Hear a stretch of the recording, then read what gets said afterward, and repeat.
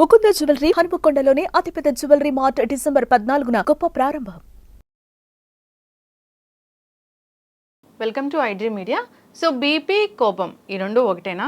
మరి ఒకవేళ బీపీ వస్తే కనుక దీన్ని ఎట్లా తగ్గించుకోవాలి? వెజిటబుల్ థెరపీ దీని గురించి ఏం చెప్తుంది, ఇంకా హోమ్ రెమెడీస్ గురించి కూడా తెలుసుకుందాం.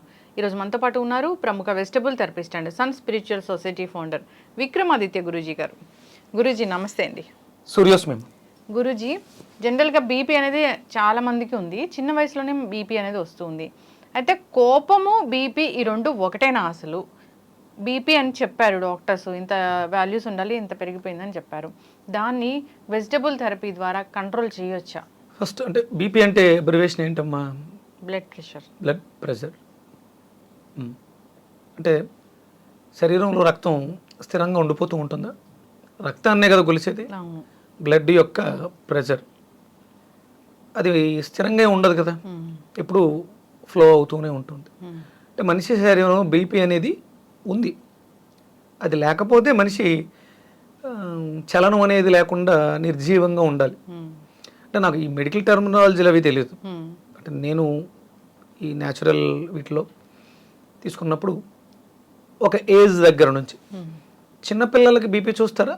అప్పుడే పుట్టిన బిడ్డలకి చూడడానికి అంటే అవి సరిపోవు. చేతికి పెట్టే అంటే ఆ నాడిని పట్టుకుని ఆ ప్రెజర్ తెలిసేవి సరిపోవు.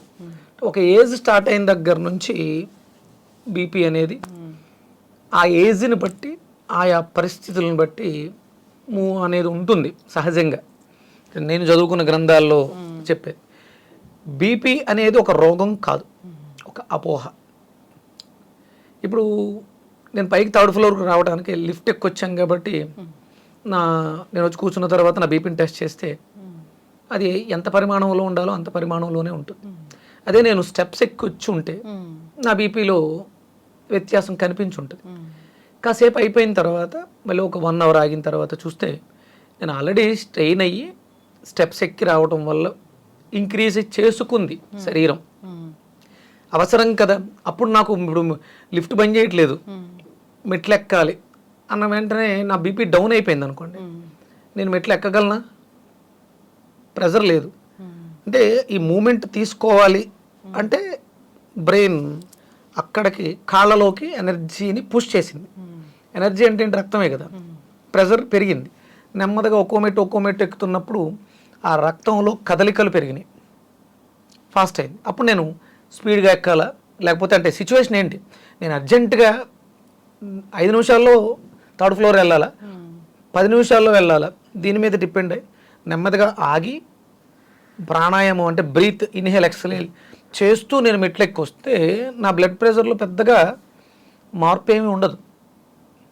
అలాగే మీకు అథ్లెట్స్ ఉంటారు, రన్నింగ్ చేసేవాళ్ళు, వాళ్ళు పరిగెట్టి ఒక 100 మీటర్స్ 200 మీటర్స్ రౌండ్ అయిన తర్వాత మీరు ఆ బ్లడ్ ప్రెషర్ చూస్తే 200 ఉంటుంది. ఎందుకు ఉంటుంది?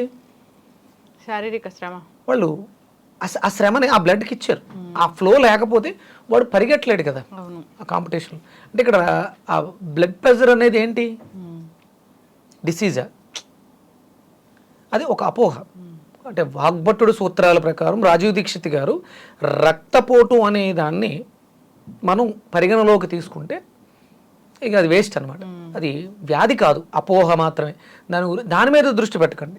ఇక్కడ శరీరంలో ఉన్నటువంటి రక్తానికి 3 క్వాలిటీస్ ఉండాలి. క్వాలిటీ ఆఫ్ బ్లడ్ అంటే దాంట్లో ఉండాల్సినటువంటి మినరల్స్, విటమిన్స్, పోషకాలన్నీ ఉన్నాయా లేదా. క్వాంటిటీ ఆఫ్ బ్లడ్ సరిపడా ఒక మనిషి తనకి కావలసినంత రక్తం ఉందా లేదా. ప్యూరిటీ ఆఫ్ బ్లడ్ ఇప్పుడున్న పరిస్థితులలో మీరు ఎక్కువ రీడింగ్స్ని చూస్తున్నారు అంటే రక్తం చిక్కబడిపోయి ఉంది, రక్తంలో వ్యర్థాలు ఎక్కువ ఉన్నాయి. కాబట్టి ఆ రక్తం యొక్క ఫిల్టరేషన్ లేదా మూమెంట్ అనేది కొంచెం ఇబ్బందిగా ఉంది. దాని ప్రెజర్ వెళ్ళి గుండెకి ఆ చిక్కటి రక్తాన్ని ఫ్లో చేయడానికి శ్రమ ఎక్కువ తీసుకోవాల్సి వస్తుంది. నార్మల్గా వెళ్తున్నటువంటి ఫ్లో వాటర్ ట్యాప్కి మురికి నీళ్ళు వెళ్తున్న ట్యాప్కి ఎంత వ్యత్యాసం ఉంటుందో మన శరీరంలో కూడా రక్తనాళాలలో ఈ వ్యవస్థ ఉంటుంది. అలాగే మనం తీసుకునే ఆహారంలో ఎసిడిక్ నేచర్ ఎక్కువ ఉన్నటువంటి ఆహారం తీసుకోవడం వల్ల ఈ రక్తంలో పోటు విపరీతంగా అధికంగా ఉంటుంది. అలాగే మన శరీరంలో అంటే మనం సహజంగా బీపీ అనగానే ఉప్పు మానేయండి అంట. అసలు అంటే ఉప్పుకి బీపీకి ఉన్న సంబంధం ఏంటి? సోడియం ఉంటుందా? ఉప్పుగా ఉంటుంది, సోడియం ఉంటుంది, అది లవణం. అది మన శరీరంలో బీపీని ఇంకా ఎక్కువ ప్రేరేపిస్తుంది. ఇదంతా అపోహగా రాజీవ్ దీక్షితుల వారు చెప్తూ ఉంటారు. అంటే మనిషి అవసరానికి తగ్గట్టుగా ఉప్పు తీసుకోవాలి.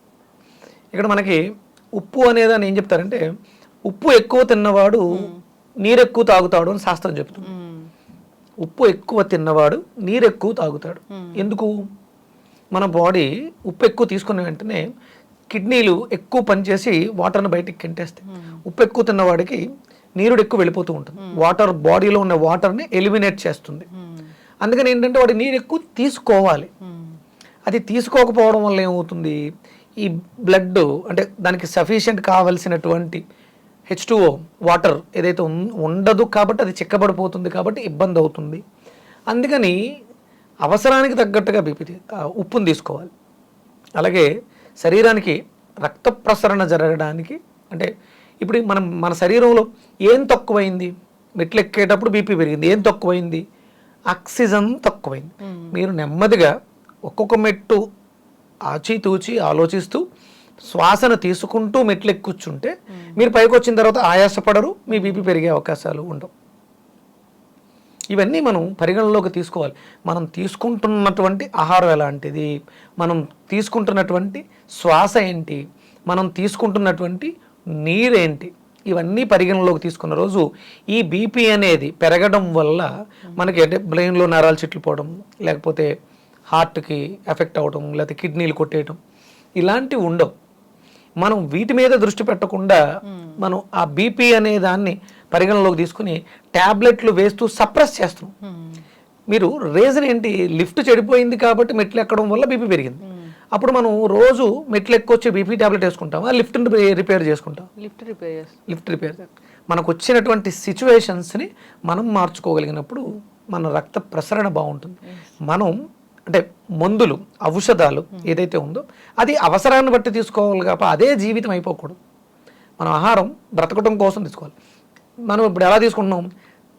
తినడం కోసం ఆహారాన్ని తీసుకుంటున్నాం, బ్రతకడం కోసం తినట్లే, తినడం కోసం బ్రతుకుతున్నాం అంటారు. ఇవి రెండూ తప్పు.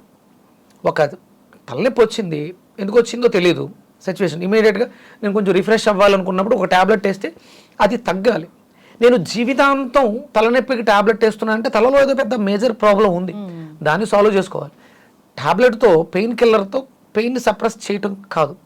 అలాగే బీపీ అనే దానికి జీవితాంతం మందులు వాడుతూ ఉంటే అంటే ఆ బీపీ ఎక్కడికో ట్రావెల్ చేస్తుంది. 140/80 పెంచుకుని 190/100, 190/100 ఇవన్నీ ఎక్కడికో వెళ్తుంది. మీరు ఆ రూట్ని వెతకకుండా బీపీనే సప్రెస్ చేస్తే ప్రాబ్లం పెద్దదవుతుంది, మేజర్. మీరు బీపీ ట్యాబ్లెట్ వేసిన బీపీ ట్యాబ్లెట్ యొక్క డోస్ పెరుగుతుంది తప్ప ప్రాబ్లం సాల్వ్ అవుతుంది. ప్రాబ్లం ఏదో ఉంది, దాన్ని సాల్వ్ చేసేస్తే ఆటోమేటిక్గా బీపీ నార్మల్ అవుతుంది. ఓకే, అయితే గురూజీ ఇప్పుడు వెజిటబుల్ జ్యూసెస్ అంటే ఏం తీసుకోవాలి ఈ బీపీ ఉన్న వాళ్ళు? ఇక్కడ అంటే ప్రధానంగా మనకి మేజర్ కాంప్లికేషన్స్ లంగ్స్, అలాగే కిడ్నీస్, హార్ట్, ఈ మూడిట్ల మీద మనం ఎక్కువ కాన్సన్ట్రేట్ చేయాలి. ఈ మూడు ఇబ్బందుల వల్లే మనకి మేజర్గా వచ్చే ప్రాబ్లమ్స్ అన్నీ వస్తుంటాయి. అందుకని గుండెని పదిలం చేసుకోవడానికి అరటికాయ, అలాగే ఈ శీతాకాలం కూడా మనకి చాలా అద్భుతమైనటువంటి సీజన్ మనం కిడ్నీస్ని బాగు చేసుకోవడానికి. మన కాళ్ళకి చలి తగలకుండా మనం చాలా జాగ్రత్తగా పరిరక్షించుకుంటూ సాక్సులు వేసుకోవటం కానీ, నైట్ పడుకునేటప్పుడు శుభ్రంగా ఆయిల్ రాసి మసాజ్ చేసుకుని వాటిని కవర్ చేయటం, చలి నుంచి కవర్ చేయాలి కాళ్ళని. తర్వాత కిడ్నీల్ని బాగు చేసుకోవడం ద్వారా మనం ఈ బీపీ అనే సమస్య నుంచి బయటపడడానికి అవకాశం ఉంటుంది. అయితే గురువుగారు, బీపీ ఉన్నవాళ్ళు టాబ్లెట్స్ వాడుకుంటూ ఈ పాటించాల్సిందే, కానీ చాలామంది చెప్తూ ఉంటారు బయట టాబ్లెట్లు వాడకుండా మా రెమెడీస్ పాటించండి. అసలు అది ఎంత అసలు అజ్ఞానంగా ఎందుకు అవుతుందంటే, సడన్గా అంటే ఇప్పుడు ఏ స్టేజ్లో ఉందో తెలియదు. మనం ఒక టాబ్లెట్ అలవాటు చేస్తున్నాం, 1 సంవత్సరమో 6 నెలలో ఎప్పటి నుంచో వాడుతూ ఉన్నప్పుడు సడన్గా ఈ టాబ్లెట్ అనేది బ్రెయిన్లో ఫిక్స్ అయి ఉంది. ఇప్పుడు మనం వంకాయతో బీపీ తగ్గుద్దాం, కానీ ఈ వంకాయ అనేది ప్రాసెస్ జరిగి మన బాడీని ఫిల్టర్ చేయడానికి తీసుకునే టైం మినిమం 21 డేస్. ఈ 21 డేస్లోనూ ఎలాంటి ప్రమాదం అయినా జరగవచ్చు మనకు తెలియకుండా.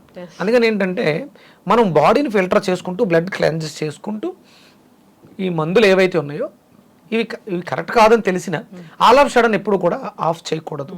నెమ్మదిగా నిదానంగా డాక్టర్ పర్యవేక్షణలో. ఇప్పుడు నేను వంకాయ గురించి చక్కగా చెప్పారండి. డాక్టర్ పర్యవేక్షణలోనే నిజంగా డాక్టర్లు ఎందుకు రాస్తారు, అదేదో ఇబ్బంది ఉండబట్టే రాస్తారు. సో ఇవి పనిచేస్తాయి అంటే దాంతో పాటుగా ఇవి పనిచేస్తాయి అంటే ఇప్పుడు వాళ్ళు కూడా చెప్తారు మీకు ఆహారంలో ఇబ్బంది ఉంది, మీరు ఈ మెడిసిన్స్తో పాటు ఆహారాన్ని కూడా క్రమబద్ధంలో తీసుకోండి, వాకింగ్ చేయండి, అంతే తప్ప ఈ మందులే పనిచేసేస్తాను 100% చెప్పరు. ఔషధానికి మనం ఆహారం పథ్యంగా తీసుకోమని కూడా చెప్తారు. అందుకని పథ్యం చాలా ఇంపార్టెంట్. అందుకని మనం దానికి తగ్గట్టుగా ఆహారాన్ని తీసుకుంటూ ఈ మందుల్ని వీటి అవసరాలను తగ్గించుకుంటూ రావాలి తప్ప ఆల్ ఆఫ్ సడన్ మందులు మానేయటం అనేది ప్రమాదకరం. నేను చాలా సింపుల్గా ఒక వీడియోలో మీరు అవతల పాడేసి ఇవి వెజిటబుల్స్ తీసేసుకొని తగ్గిపోద్దని చెప్తాను. అది తప్పది, ఎందుకంటే అందుబాటులో ఉండవు. చక్కటి ఇన్ఫర్మేషన్ గురువు గారు, చాలా చక్కగా చెప్పారండి. అంటే ఇలాంటివి పనిచేస్తాయి, ఆల్టర్నేటివ్ థెరపీస్ పనిచేస్తాయి, కానీ డాక్టర్లు ఇచ్చిన మందులు వాడుతూ వీటిని ఖచ్చితంగా పాటించాలి. ఆహారాన్ని ఔషధంగా మార్చుకొని వాడుతూ ఔషధ అవసరాన్ని తగ్గించుకుంటూ రావాలి. అరటికాయ విరివిగా తీసుకోవడం ద్వారా బీపీని కంట్రోల్ చేసుకోవచ్చు. వంకాయ అధికంగా తీసుకోవడం ద్వారా బీపీని కంట్రోల్ చేసుకోవచ్చు. మీకు ఆవాలు కూడా అద్భుతంగా పనిచేస్తాయి బీపీని కంట్రోల్ చేసుకోవడం. ఆవాలు అలాగే మునక్కాడలు కూడా బీపీని కంట్రోల్ చేసుకోవడానికి అద్భుతంగా పనిచేస్తాయి. వీటిని అవసరాన్ని బట్టి ఆ కూరలు గాను జ్యూసెస్ గాను మీరు తీసుకోగలిగితే ఈ అంటే దీర్ఘకాలికంగా ఇబ్బంది పెడుతున్నటువంటి బ్లడ్ ప్రెషర్ బీపీ అనే సమస్య నుంచి బయటకు రావడానికి అవకాశం ఉంటుంది. చక్కటి ఇన్ఫర్మేషన్ గురువు గారు. సో అందరూ కూడా బీపీతో ఇబ్బంది పడుతున్న వాళ్ళు మీరు చెప్పిన ఈ వెజిటబుల్ జ్యూసెస్ తీసుకుని అలవాటు చేసుకోవాలని కోరుకుందాం. వెజిటబుల్స్ అంటే ప్రాణశక్తిని కలిగి ఉంటాయి, వాటిని జ్యూస్ ఫామ్లో తీసుకుంటే కనుక అనారోగ్య సమస్యలు తగ్గిపోతాయి. చాలా చక్కటి ఇన్ఫర్మేషన్ అండి, ధన్యవాదాలు. సూర్యస్మితలే.